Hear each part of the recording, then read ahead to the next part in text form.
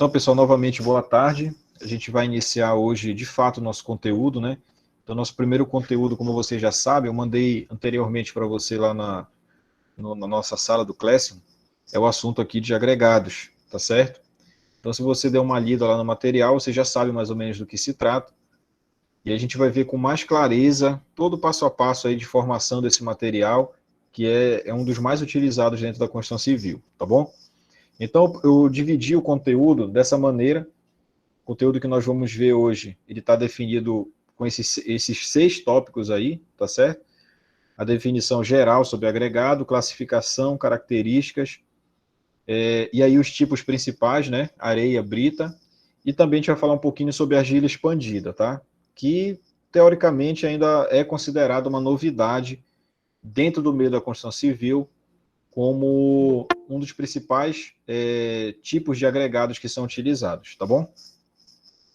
Então, olha só, a definição geral, que seria uma definição técnica, né, do que seria o agregado, seria essa que está aqui nesse slide, né? Então, ele informa para a gente que ele é um material granular, ou seja, é composto por grãos, não tem formato nem volume definido, tá certo? E é muito utilizado dentro das obras de engenharia. Qualquer obra de engenharia que precise utilizar esse material, ela é considerada considerada um pouco das obras mais difíceis de utilização, né? E aí envolve aquelas obras relacionadas a estruturas. Então, por exemplo, aí na sua casa deve ter alguma peça estrutural, como por exemplo um pilar, uma viga. Em algumas casas tem laje. Provavelmente essas peças estruturais foram feitas a partir da utilização de agregado, tá bom? E para você ter uma ideia da importância desses agregados, toda vez que você produz ou argamassa ou concreto, que são coisas diferentes, tá? Tem que ficar bem claro isso na cabeça de vocês. Argamassa e concreto são coisas diferentes. O custo do agregado ele é relativamente baixo, tá certo? E ocupa pelo menos 3/4 do volume total do concreto. Então, olha só, toda vez que você vê, por exemplo, um pilar de concreto, aí na sua casa mesmo, você vai observar, dentro daquele volume, dentro daquele tamanho dele, aproximadamente 3/4, ou seja, 75% daquele material, ele é composto de agregado, tá certo? Quais são os principais agregados? Que a gente vai ver com mais clareza daqui a pouco. Areia e brita, tá bom? Então preste bem atenção nessa situação aí. E aí nós vamos ver que esses agregados eles possuem uma classificação, tá? Uma classificação bem fácil de entender, né? Às vezes até com uma própria leitura desse material você já consegue ter um entendimento. E aí o primeiro tipo de classificação é com relação à origem. Como é que você obtém esse material? De onde ele é originado, né? Onde é que você encontra? Onde é que você consegue esse material da maneira mais simples possível, a maneira mais natural possível? É com relação à sua origem. E aí tem 2 classificações dentro desse grande grupo que é o grupo origem, né? Seria aqui, olha, de origem natural ou de origem artificial, tá? Origem natural é muito aqui a nossa situação, a nossa realidade aqui, a realidade que eu digo seria a região norte do Brasil, essa parte aqui do oeste do Pará, né? E aí se encaixa Santarém. Porque, por exemplo, principalmente a areia, ela tem essa origem natural porque ela é encontrada, por exemplo, no rio, principalmente no rio. Então, essa areia de construção que você observa, que você já deve ter presenciado aí na sua casa, ou então já viu na casa de algum conhecido sendo utilizado para construir, né? Ou então se você passa na rua e vê na frente de uma casa, de uma obra, aquela areia que vai ser utilizada para a construção civil, a origem dela toda foi do rio, tá? De maneira nenhuma a gente pode estar utilizando a areia do mar, por exemplo, para a construção, né? Se você fizer uma rápida pesquisa na internet, você vai ver que, inclusive, já tiveram vários problemas relacionados à construção civil, relacionado às obras de maneira geral, onde o construtor ele utilizou ele utilizou a areia do mar para fazer a construção, né? Foi numa praia qualquer, que era mar, retirou aquela areia e construiu. Qual é o problema disso? Quando você retira essa areia do mar, junto vem um componente que é altamente prejudicial para as estruturas, é altamente prejudicial para o teu cimento, para o teu concreto, para a tua argamassa. Esse componente é o sal. Para quem já teve a oportunidade de ir a uma praia de mar, né, tomar banho de mar, tudinho, percebe que a água ela é salgada, ela é diferente da água daqui do nosso rio, por exemplo. Então, o que é que acontece? A presença desse sal, ele vai ser altamente prejudicial ao teu concreto, tua argamassa que tu vai produzir. Por quê? O sal, ele puxa muita água, né? Ele absorve muita água. Se você come uma comida muito salgada, rapidamente o que é que você faz? Vai lá, toma um copo d'água para dar uma melhorada naquela sensação, né? De estar com aquele gosto salgado. E aí o que é que acontece? Quando esse sal está impregnado no teu concreto, ele rapidamente absorve aquela água. O que é que acontece com o teu concreto? Ele desidrata, igual como acontece com nós seres humanos, a gente desidrata, né? E ele desidratando de maneira muito acelerada, começa a aparecer rachaduras naquela tua peça de concreto que tu fez. Ela começa a rachar, começa a trincar, e aí vai dar um monte de problemão lá na frente, né? Tu tem que tomar muito cuidado com isso daí. Mas a areia, que é oriunda do rio, não tem problema, tu pode utilizar. Outro material de agregado que tu utiliza, que é oriundo do rio, seria o seixo rolado, tá? E o pedregulho, muito utilizado na construção civil também. Daqui a pouco a gente vai ver onde a gente pode estar utilizando, tá? E aí, pessoal, outro material que tem uma origem artificial, né?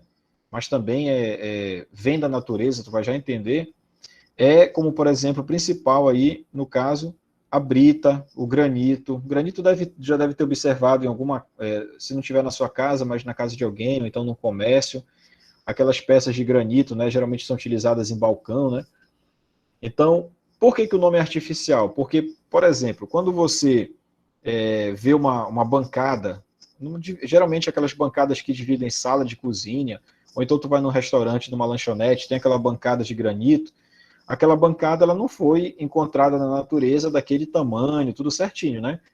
Os produtores ali, o pessoal que trabalha com granito, ele pegou esse material de maneira bruta, fez todo um trabalho em cima dele, industrializado, de polimento, de corte, para ficar daquele tamanho de bancada que você já observou por aí, tá? Então, tu percebe que ele é um material considerado artificial, por quê? Porque você não pega direto na natureza e já utiliza. Você pega ele, trabalha em cima dele, faz todo um trabalho industrial em cima dele para depois utilizar, tá bom? Então, por isso que ele tem esse nome de artificial, ele é agrupado nesse grupo artificial, tá? E, por exemplo, a brita também. A brita, para quem não está lembrando, já já vou mostrar uma imagem, é aquela rocha meio acinzentada, né? Pontiaguda, que também é utilizada para produção de concreto. Muita gente utiliza para fazer paisagismo em quintal, em jardineira, né? Coloca aquelas pedrinhas cinzas ali. E ela também não é encontrada daquele tamanho, tudo certinho lá, como você vê usualmente. Elas são encontradas em grandes tamanhos e aí ela precisa ser britada para poder ficar do tamanho adequado para ser utilizado, tá bom? Então, olha só, esses exemplos aqui são os principais tipos aí de agregados que a gente vai estar observando, tá? Então, por exemplo, só por efeito de curiosidade, olha, esse tipo de agregado bem aqui, olha, ardósia, né? Ele é muito utilizado naquelas bordas de piscina. Então, quando você vai, por exemplo, numa piscina, num clube, e aí tem aquela borda que ela é meio áspera, né? Que é justamente para evitar que a pessoa escorregue, porque ali é uma área molhada, né? Próximo de piscina, muita gente brincando, molhando ali. Então, de maneira nenhuma pode ser uma superfície lisa que possa escorregar e se machucar. Então, para evitar esse tipo de acidente, é utilizado esse material aqui, porque tem uma certa, não essa cor, né? Mas tem outras cores aí que dá uma certa beleza para a piscina. E aí também tem essa função de ser antiderrapante, né, um pouco mais áspero, é mais difícil da pessoa ocasionar um acidente, tá? E aí tem vários exemplos aqui, o arenito, o mármore. Mármore e granito são muito utilizados para fazer acabamento, tá certo? Aquelas soleiras que tem debaixo da porta, quando você vai de um ambiente para o outro, tem uma divisão ali na porta, né? Então ali é o granito que é utilizado, então o mármore também, tá certo? Então esses aqui são os principais exemplos aí de agregados, tá bom? E aí, pessoal, um outro tipo de classificação desses agregados vai ser com relação às dimensões, aos tamanhos, tá bom? E aí você vai escutar muito falar disso. Agregado miúdo, agregado graúdo, tá? E você rapidamente vai ter que fazer referência ao que significa cada um desses. Então, toda vez que você escutar falar em agregado miúdo, um dos principais exemplos desse agregado miúdo é a areia, tá certo? Então, como eu te falei na aula passada, nós vamos fazer muitos ensaios relacionados a agregados, tanto miúdo quanto graúdo. Então, você vai estar trabalhando diretamente com esses agregados. E um dos primeiros ensaios que a gente faz é justamente com esse daqui, ó, agregado miúdo, que é a areia, tá?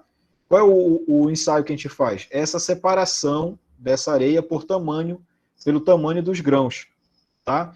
E aí como é que a gente faz? A gente faz com a ajuda de uma peneira, que eu vou já te mostrar uma foto do que é essa peneira.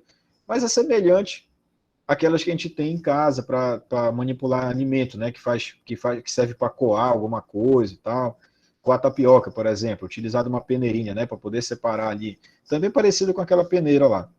E aí, quando a gente faz essa separação, a gente classifica o nosso agregado miúdo com essa nomenclatura aqui, olha. Pode ser uma areia grossa, média, fina, muito fina, ou então pedrisco. Pedrisco é a mais fina que existe, tá? E como é que a gente faz essa nomenclatura? Através dessas dimensões que estão aqui na tabela, tá bom? Então, dependendo do tamanho do grão, ele vai se encaixar em um desses grupos aqui, e aí ele vai ser classificado, tá? Isso é um trabalho que a gente vai fazer lá no laboratório, tá certo? Então, por exemplo, ó, uma imagem da areia aqui, né? Então, a areia, às vezes, apesar de ser muito fina, mas ela tem uma grande variedade de tamanho de grãos. Às vezes, a olho nu, né? Tô apenas observando aqui, olhando, tocando na areia, tu não consegue perceber a diferença de tamanho de grãos. Mas aí depois que você faz um ensaio como esse que eu falei ainda há pouco, aí fica mais claro para você observar, tá bom?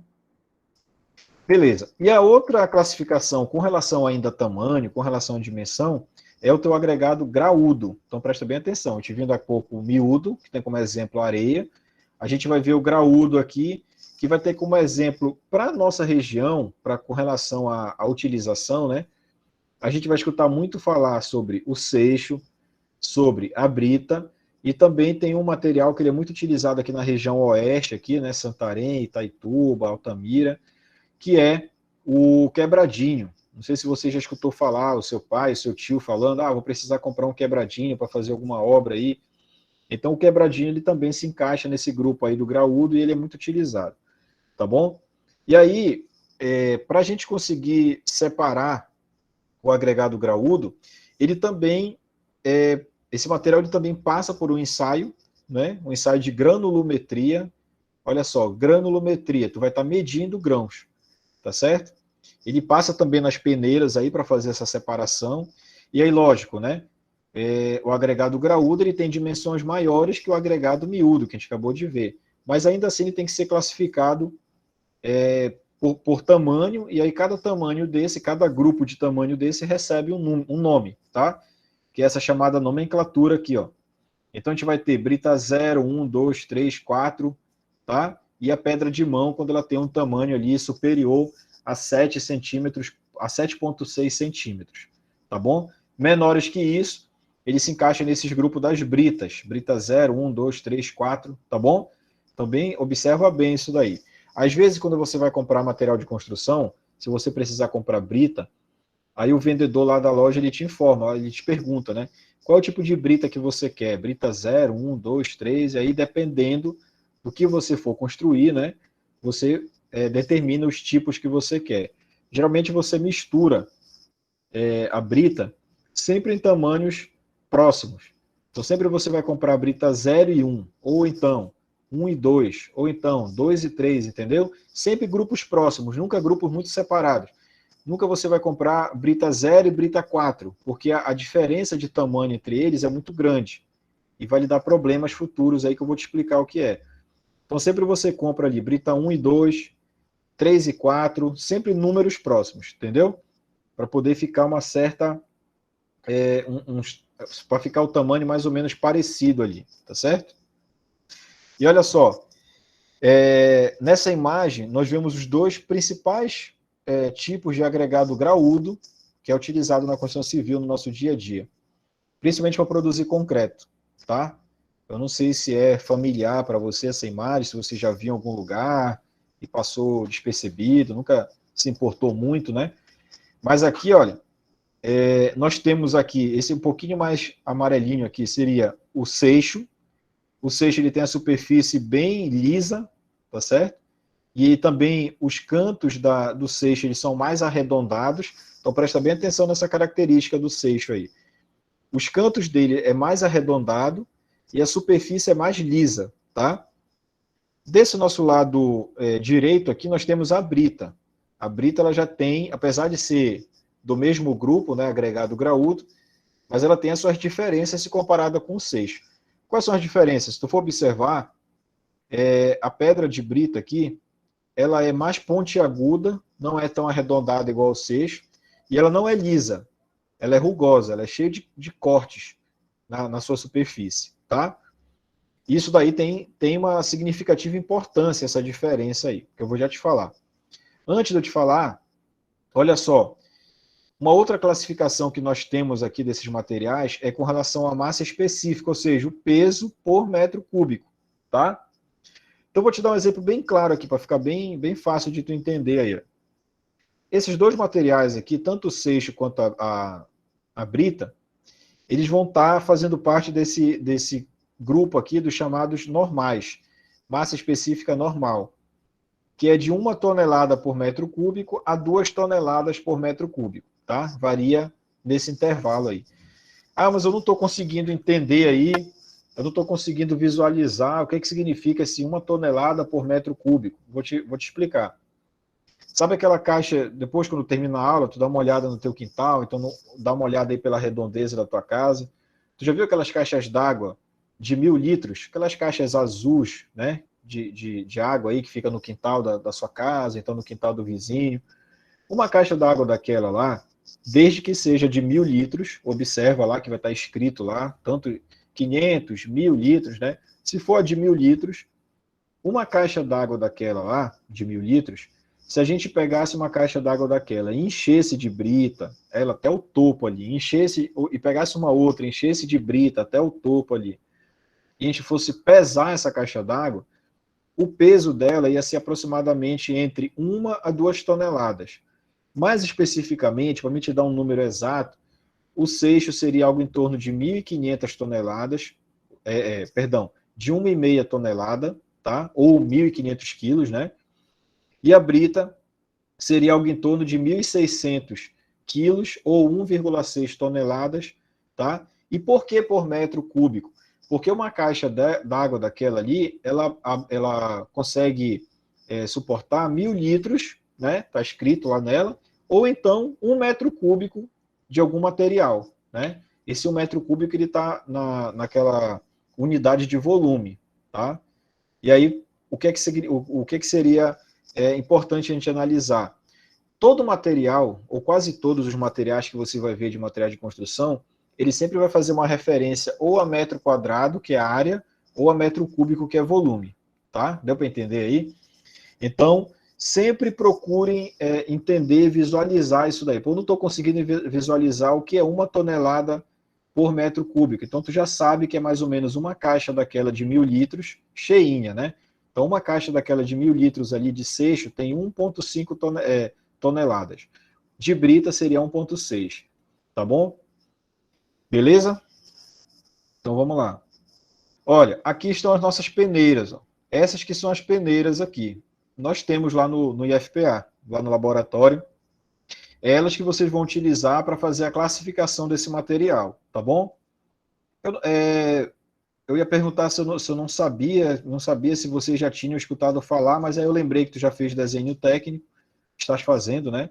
Então, provavelmente a professora Lucimara já comentou com vocês sobre NBR, né? NBR, ABNT, já deve ter falado sobre as normas.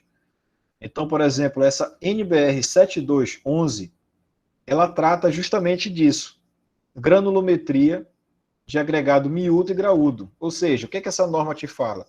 Ela te dá um passo a passo de como você vai fazer essa separação desses agregados, dividir ele em miúdo e graúdo, e depois só com os miúdos aqui fazer uma nova divisão, que é aquela que eu te mostrei naquela tabela, pegar o graúdo e dividir de novo numa outra tabela, tá bom? De acordo com as tabelas que eu te mostrei ainda há pouco, tá?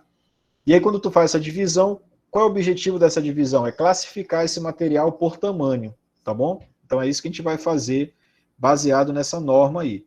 Logicamente, como é que vai funcionar quando for essa aula prática? a gente vai, quando a gente se encontrar lá no IFPA, eu vou te fazer uma explicação lá no local mesmo, como é que utiliza, como é que utiliza essa norma como guia, né? E aí você vai tirar todas as suas dúvidas, e aí entendido isso daí, como é que vai funcionar o procedimento, aí a gente faz o ensaio lá no laboratório lá e faz essa classificação, tá bom? E olha só, lembra que eu te falei ainda há pouco, quando a gente vai utilizar a brita, a gente sempre pega números próximos, né? Então a gente utiliza a brita 0 e 1, 1 e 2, 2 e 3, sempre dois grupos próximos, dois próximos. É para justamente essa situação bem aqui, olha. Qual é a melhor das situações para você utilizar um agregado graúdo, ou seja, a brita, para fazer um concreto? É esse primeiro caso aqui, olha. A tua classificação de material, o material que tu tem disponível para fazer aquele concreto, ele tem que ser, a classificação dela tem que ser contínua e bem graduada. Quando tu pega dois números parecidos, dois números próximos, melhor dizendo, eu vou trabalhar com a brita 1 e 2, beleza. Provavelmente eu vou ter essa situação aqui, ó, tá? Dessa primeira figura aqui, ó. Percebe que os grãos eles vão crescendo proporcionalmente, tá? Eles vão ficando maiores proporcionalmente. Quando tu for fazer um concreto, ele vai ficar misturado junto lá com cimento, com areia e com a água, dessa maneira, olha. Eles vão se encaixando ali uma peça na outra, pelo fato de ter tamanhos diferentes, eles vão se agrupando, vai ficando cada vez um mais perto do que o outro, tá? Quando tu tem essa situação igual a do meio, olha, descontínua, que favorece a resistência, né? Vou já te explicar. Tu percebe, esse caso aqui é como se eu utilizasse, por exemplo, brita 0, imagina que esse primeiro pedaço aqui é brita 0, e esse aqui é brita 2, por exemplo. Eu não utilizei a brita 1. Como eu não utilizei a brita 1, ficou essa lacuna aqui, olha. Ficou esse espaço aqui faltando. O que é que isso daí vai me ocasionar? Quando eu fizer o concreto, vão ficar esses espaços vazios aqui, onde está branco aqui, ó. Tá vazio, tá bom? E aí isso daí pode prejudicar o meu concreto, porque nessa região onde está vazio, é a região mais frágil que tem da peça estrutural. É a região mais frágil que tem do pilar, da viga, da laje, tá? Pode vir a rachar, pode vir a desmoronar. Então tem que tomar muito cuidado com essa lacuna que ficou aqui, olha. Então por isso que você tem que utilizar sempre numerações iguais. Ah, eu posso fazer um concreto apenas com um tipo de brita? Vou fazer o meu concreto apenas com brita 2. Qual é o problema de eu fazer isso? Vai acontecer esse terceiro caso, bem aqui, ó. Onde as peças elas são todas do mesmo tamanho, basicamente, tá vendo? Todas do mesmo tamanho. Aí o que que acontece? Quando eu misturo, fica essa situação aqui. Aí tu vai pensar assim, pô, mas ficou legal, ficou bem pouquinho vazio aqui, ó, quase eu não vejo espaço branco entre uma e outra. Verdade, quase não tem espaço branco, quase você não tem vazio, mas em compensação, olha o que que acontece. Aumenta o consumo de cimento. Isso tu observou, principalmente ano passado, que foi o ano assim que a pandemia esteve mais grave, né? Houve um aumento significativo aí do preço do cimento. O saco de cimento, que era em torno de 22, 24 reais, ele chegou uma época até quase 50 reais o saco de cimento. Então, quase que duplicou de preço, né? Então, você não pode, de maneira nenhuma, ter um consumo de cimento exagerado, sem necessidade, porque isso daí vai fazer com que você gaste mais para construir. E aí, quando você gasta mais, em algumas situações, você até interrompe a sua construção porque acabou o dinheiro, né? Então, tem que observar muito esse caso aí, tá? E aí, para a gente pode ter uma ideia, olha, eu fiz esse gráficozinho aqui, só para te entender que quando as peças elas são mais bem distribuídas, tamanhos diferentes, inclusive o teu consumo de água ele é menor, tá? Quando você tem aqui as pedras de brita muito próximo, aí olha só, maior quantidade, maior consumo de cimento, tá? Aumenta o custo, aumenta a retração, aumenta o calor. O que é que significa esses três pontos aqui, olha? Aumentar o custo, acho que está bem claro para todo mundo, né? Tu vai gastar mais cimento, tu vai gastar mais dinheiro, porque o cimento é o mais caro desses componentes que produzem o concreto aí. Aumenta a retração. O que é retração? Quando tu utiliza muito cimento, rapidamente essa peça que tu concretaste, ela vai perder água para o meio ambiente. A água vai evaporar, entendeu? Quando essa água evapora, o teu concreto, aquela tua peça de concreto que tu acabou de fazer ali, aquele pilar, por exemplo, ele está perdendo água, ele começa a rachar, microfissuras, fissuras do tamanho, ali da espessura de um fio de cabelo, bem fininho, mas com o tempo ela vai abrindo cada vez mais. Por quê? Porque esse teu concreto ele está desidratado, ele está sem água, né? Acontece semelhante ao que acontece com o ser humano. Se um ser humano ficar muito tempo sem beber água, sem ingerir água, né? Ele vai ficar lá desidratado, os lábios vão começar a rachar, a pele começa a ficar mais seca. Mesma coisa acontece com o concreto, tá bom? E outra situação também, se tu tem muito cimento, tu tem muito calor. E aí eu vou te dar um exemplo bem claro aqui, ó. Eu não sei se alguma vez na tua vida tu pegou em cimento em pó, né? Pegaste em cimento em pó. Quando tu pega em cimento em pó, tu sente um certo ardor na tua mão, um certo calor na ponta do teu dedo aqui. Semelhante ao que acontece, e aí também eu não sei se tu já fez alguma vez na vida isso daí, né? Se tu já lavou alguma roupa tua alguma vez na vida. Quando tu pega lá o sabão em pó e mistura na água, e tu começa a balançar com a tua mão ali, misturar aquele sabão para ele poder se dissolver na água, né? Você percebe também um calor na sua mão ali, quando você faz com sabão em pó, tá? Essa liberação de calor, ela é bem parecida com o que acontece com o cimento. O cimento vai lá, libera aquele calor, liberando o calor, ele puxa a água para ele, e aí ele absorvendo essa água, o que acontece? Tudo aquilo que eu falei ainda há pouco, né? A peça de concreto ela vai desidratar, vai ficar sem água, vai começar a rachar. Então tu percebe que uma coisa puxa a outra, tá bom?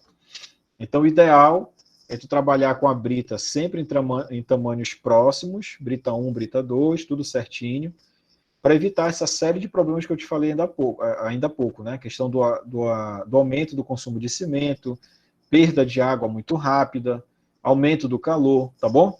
Então, espero que tenha ficado claro essa parte aí. Tá?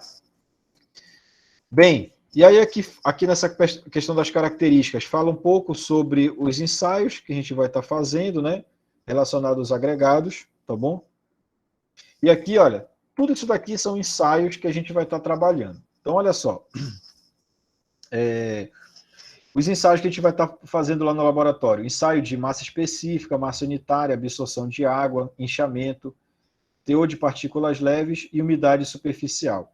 Cada ensaio desse não fui eu, João, que disse como é que faz, ou foi outra pessoa. Não, foi um método que foi criado por vários estudiosos.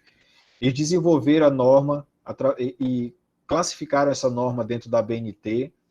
Então, as NBR são essas aqui, ó, 9776, assim por diante, tá? Todas essas normas aqui, elas te falam como você vai fazer esse ensaio. Ah, eu vou fazer um ensaio de absorção de água. Beleza, eu pego essa BNT aqui, olha, a NBR, que além de NBR, é NM também, NM é norma Mercosul, né?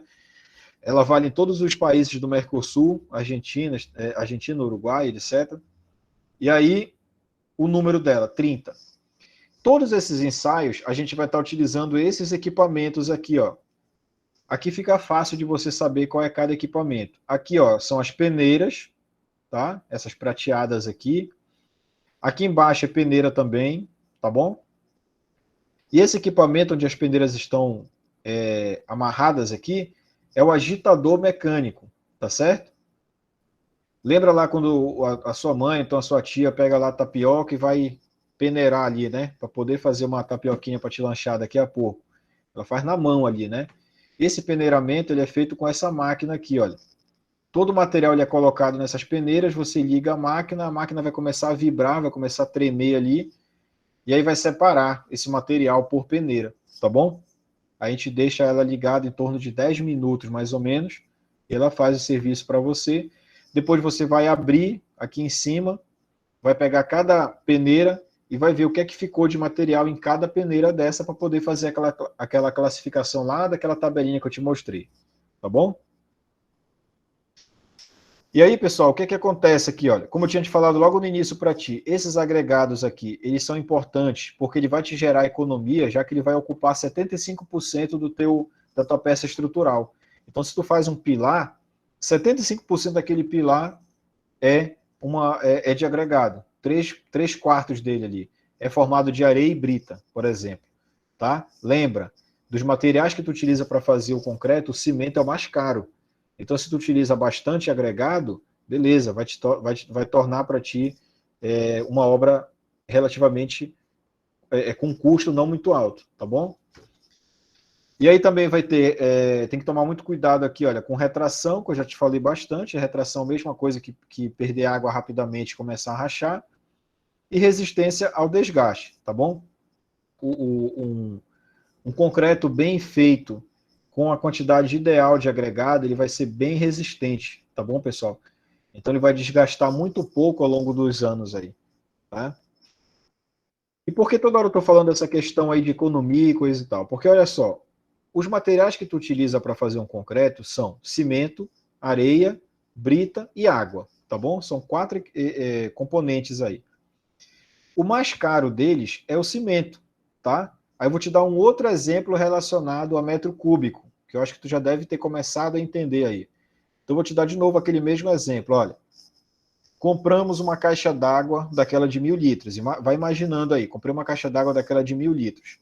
Para eu encher uma caixa d'água daquela de 1.000 litros só de cimento, cimento em pó, logicamente, para eu encher lá, eu vou gastar mais ou menos R$ 2.185 para usar, para encher uma caixa d'água daquela lá, entendeu? De cimento. Em compensação, para eu encher uma mesma caixa d'água daquela, com a mesma quantidade de volume, com agregado, areia e brita, por exemplo, eu gasto R$ 85. Deu para entender aí? Então, o metro cúbico do cimento, ele é muito mais caro do que o desses agregados aí. Se a gente fizer uma continha rápida aqui, ó, se eu dividir 2.185 dividido por 85, olha só que interessante, o cimento, o metro cúbico do cimento, ele é um pouquinho mais do que 25 vezes mais caro do que o agregado. Olha só, entendeu?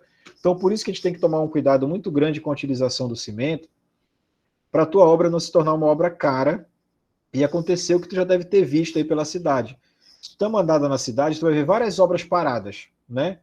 Paradas, construiu até um certo ponto, aí parou. Geralmente essa parada da obra aí é por falta de recurso, por falta de dinheiro. De repente a pessoa que está construindo não se programou direito porque ia gastar, né? Ou então gastou de maneira errada, que acontece muito isso daí, e aí acabou o dinheiro, ela parou a obra, entendeu? Então prestem bem atenção nesse detalhe aqui, olha, como o cimento ele é muito mais caro que o restante dos materiais, tá certo? Bem, de que maneira a umidade, uma característica importantíssima aí, de que maneira a umidade, a água, ela vai influenciar na utilização do teu cimento, na utilização dos teus agregados. Olha só, vou te contar uma história aqui que tu já deve ter presenciado, provavelmente. Às vezes aí na tua casa, então na casa de um parente teu, um vizinho, uma avó aí, então de um amigo, teve uma obra, aumentaram um quarto, por exemplo, então aumentaram a casa, construíram um ambiente aí na tua casa. Aí beleza, construíram tudinho, ficou tudo pronto, tudo certinho, aí sobrou meio saco de cimento, né? Aí o que é que o teu pai fez? Ele pegou, fechou aquele saco de cimento, guardou lá no quintal, num depósito lá. E aí passou um mês, 2 meses, teu pai precisou de um pouquinho daquele de cimento lá para tapar um buraco, fazer alguma coisa. Quando ele pegou o cimento, estava completamente endurecido o cimento.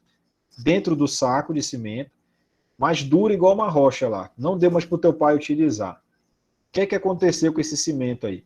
Olha só, o cimento, pessoal, ele depende única e exclusivamente da água para funcionar.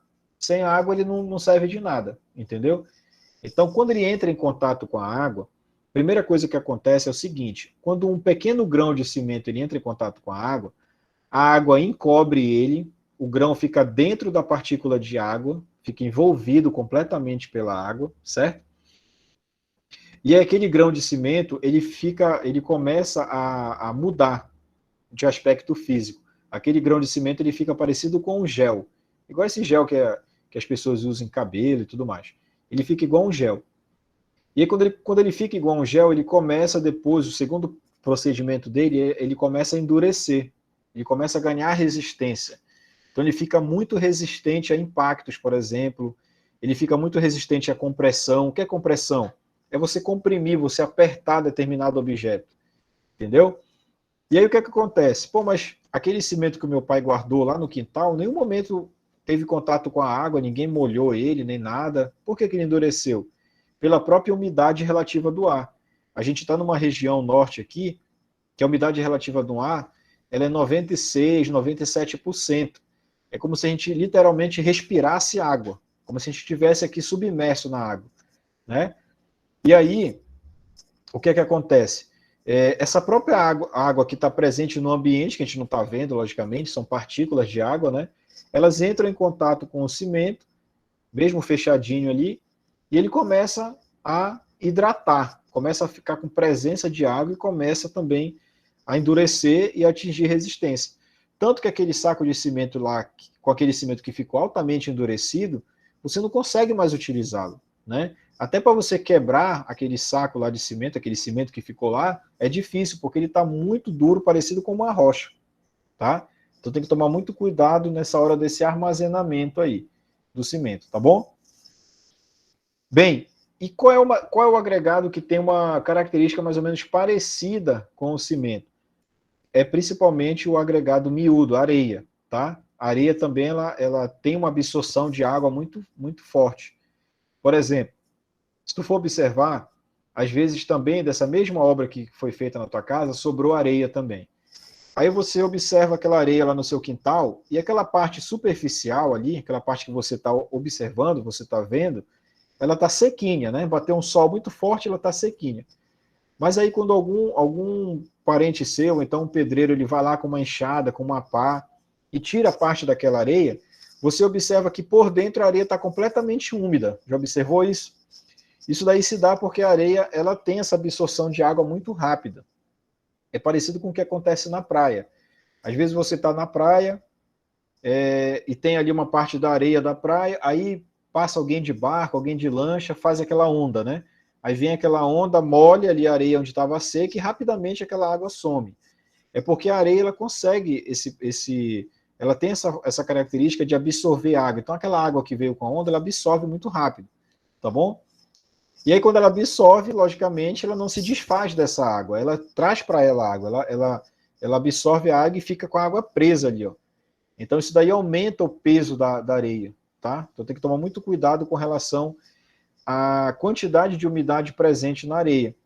Porque aí a tua areia ela pode estar nessa situação aqui, ó, igual aqui da nossa esquerda, que está só um círculo branco, significa que a areia está completamente seca, ou ela pode estar saturada. É aquela situação onde a tua areia ela está debaixo da água, por exemplo, né? Ela está submersa. É aquela areia que está, por exemplo, no meio do rio ali, lá embaixo da água. Muita água em cima dela, ela está saturada, ela está com uma quantidade de água além dos 100%. Tá bom? Beleza. E aí, falando especificamente de areia, isso daqui é um material que vocês vão ter que ler mesmo, poder entender esse material, tá? O que eu posso te adiantar é que a areia ela é classificada em 3 tipos: areia fina, média e grossa. Então tá aqui uma imagem aqui que mostra a granulometria dela, né? Areia fina, média e grossa. Cada areia dessa, a fina, a média e a grossa, tem uma utilização adequada, tá bom? Deixa eu só ver se eu tenho uma imagem aqui. Não, tá no outro slide. Cada areia dessa aqui tem uma utilização específica. Então, por exemplo, você vai fazer um reboco aí no seu quarto, né? Você aumentou o seu quarto, você vai rebocar, né? Para poder depois você pintar aquela parede. Qual areia que você utiliza? Você utiliza areia fina, tá bom? Que é para quando o pedreiro fizer o reboco, já ficar o mais fino possível ali a parede, para depois vir aquele processo de pintura, tá bom? Um outro caso, vou fazer um concreto para poder concretar, fazer uma laje aqui que eu vou aumentar minha casa para cima. Aí vai fazer uma laje. Qual é a areia que você utiliza para fazer esse concreto? É areia grossa, tá certo? Então a gente vai ver futuramente aí que cada serviço tem um material específico, né? O que acontece é que às vezes a pessoa não tem esse conhecimento e faz com qualquer tipo de material e aí tem um problemão lá na frente, tá bom? Com relação à brita, como a gente falou ainda há pouco, a brita não é um material que você encontra prontinho lá na natureza. Você tem que pegar peças bem maiores de brita, né, rochas bem maiores, e moer essa brita através do processo de britagem. E aí, quando você moe, você consegue peças menores e aí classifica ela naquele tamanho que você já sabe, né? Brita 0, 1, 2, 3, tá bom? Deixa eu ver se tem uma imagem. Olha, essa imagem aqui tá perfeita. Você não vai encontrar a brita desse tamanho aqui, ó, tá? Jamais. Você vai encontrar ela com peças bem maiores que depois do processo vão ficar desse jeitinho aqui. E essa classificação da brita, já lá no local que é produzida essa brita, por exemplo, aqui na nossa região oeste, nós temos duas fontes de brita assim, que são mais utilizadas. Lá em Monte Alegre, não sei se tem alguém da turma aqui que seja de Monte Alegre, lá em Monte Alegre, essa brita acinzentada, igual essa daqui, olha, onde você vê na obra aí, em obras aí pela cidade, essa brita cinza, pode ter certeza que ela veio de lá de Monte Alegre. E tem uma outra brita que é bem parecido o tamanho, o fato dela ser pontiaguda, né? Só muda a cor, que é uma brita que ela é mais avermelhada. Aí essa brita ela já é lá de Itaituba, tá certo? E aí pela proximidade, as pessoas preferem utilizar a brita lá de Monte Alegre, porque é mais fácil de chegar aqui e tudo mais, tá bom? E aí, mas só que ambas têm a classificação igual, brita 0, 1, 2 e 3. Qual é a diferença aí? Por que, que as pessoas também, às vezes, preferem utilizar essa brita de Monte Alegre, essa mais acinzentada aqui? Porque essa brita lá de Itaituba, ela não vem completamente limpa, ela vem com muitos resquícios de argila, barro, tá bom? Então ela vem muito com pedaços de barro argiloso grudado nela, por isso que dá essa coloração vermelha, tá? E a gente vai ver futuramente aí nas aulas de argamassa e de concreto também, que o excesso dessa argila pode ser prejudicial. A gente vai ver mais para frente aí, tá bom? Olha, a classificação da brita aqui em tamanhos, olha. O 0, né, significa um número menor, e cada vez que vai aumentando o número, vai aumentando também o tamanho de grão. Então, olha só, brita 0, brita 1, tem a característica de cada brita aqui para você ler depois, tá? Brita 2 e brita 3, ó, tá certo? Com cada brita dessa aqui que foi classificada, a classificação que nós vamos fazer lá no laboratório é semelhante a essa, ó. Colocar nos montinhos aqui só a brita de acordo com o tamanho que nós fizermos no ensaio, tá bom? E aí, existe um tipo de brita melhor do que o outro, a brita 1 é melhor que a 3 é melhor que a 2. Não existe esse negócio de uma brita ser melhor do que a outra, tá? Existe a situação que você vai estar utilizando. Para que tipo de situação você vai estar utilizando, você vai escolher a melhor dessas aqui, tá? Então, por exemplo, vou te dar um exemplo claro aqui. Você vai fazer um piso de concreto, e esse piso aí não é só para pessoas transitarem. Vai passar caminhão, vai passar veículo pesado, onde tem muito isso daí em galpão, né? Tem que entrar caminhão pesado com mercadorias, bem pesado mesmo, com toda aquela mercadoria, faz manobra, sai, entra outro caminhão. Então é um piso que toda hora vai estar sendo utilizado ali com grandes cargas. Aí tu vai fazer uma utilização aqui de brita 2 e 3, tá? 2 e 3 para fazer esse piso aí, tá bom? Você vai fazer uma peça estrutural aí de decoração, por exemplo, uma estátua. Ah, fazer uma estátua aqui em homenagem a alguém, e aí você vai utilizar a menor brita, a brita 0. Deu para entender? Então não tem esse negócio de uma brita melhor do que a outra. Tem a brita indicada para determinado serviço, tá bom? Tem. E aí, para finalizar, a gente vai falar sobre a argila expandida. Como eu te falei logo no início da aula, é um tipo de agregado também, considerado agregado graúdo, tá bom? A sua utilização é relativamente nova, tanto que tem, se você for pesquisar na internet, tem muitos artigos, muitos trabalhos sendo explicados aí em seminários e tudo mais, que falam desse material, tá bom? Porque ele ainda está sendo bem utilizado para estudo, mas já se comprovou nos estudos que foram feitos que ele é um material que ele serve para ser utilizado na construção civil, né? Porque ele é fácil de ser conseguido, né, na natureza, ele adquire também altas resistências na medida que você vai utilizando, tá bom? Só o que ainda está um pouco dificultando essa utilização é realmente a cultura, né? As pessoas acreditarem nesse tipo de material. Tudo dentro da construção civil, viu, turma? depende um pouco de cair no gosto da população, né? De passar segurança para as pessoas. Hoje em dia, você já deve ter andado por aí pela rua, já deve ter observado, sendo feitas aquelas lajes, aí você observa pela parte de baixo, você vê umas peças de isopor, não é verdade? E aí você pensa assim, caramba, mas não vai cair, né? As pessoas vão andar por esse isopor.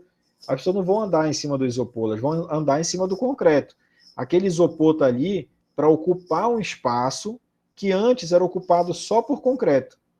Então, se você ia concretar uma laje ali de 15 centímetros, hoje você só concreta, por exemplo, 7, os outros 8 centímetros aqui é preenchido com isopor. Deu para entender?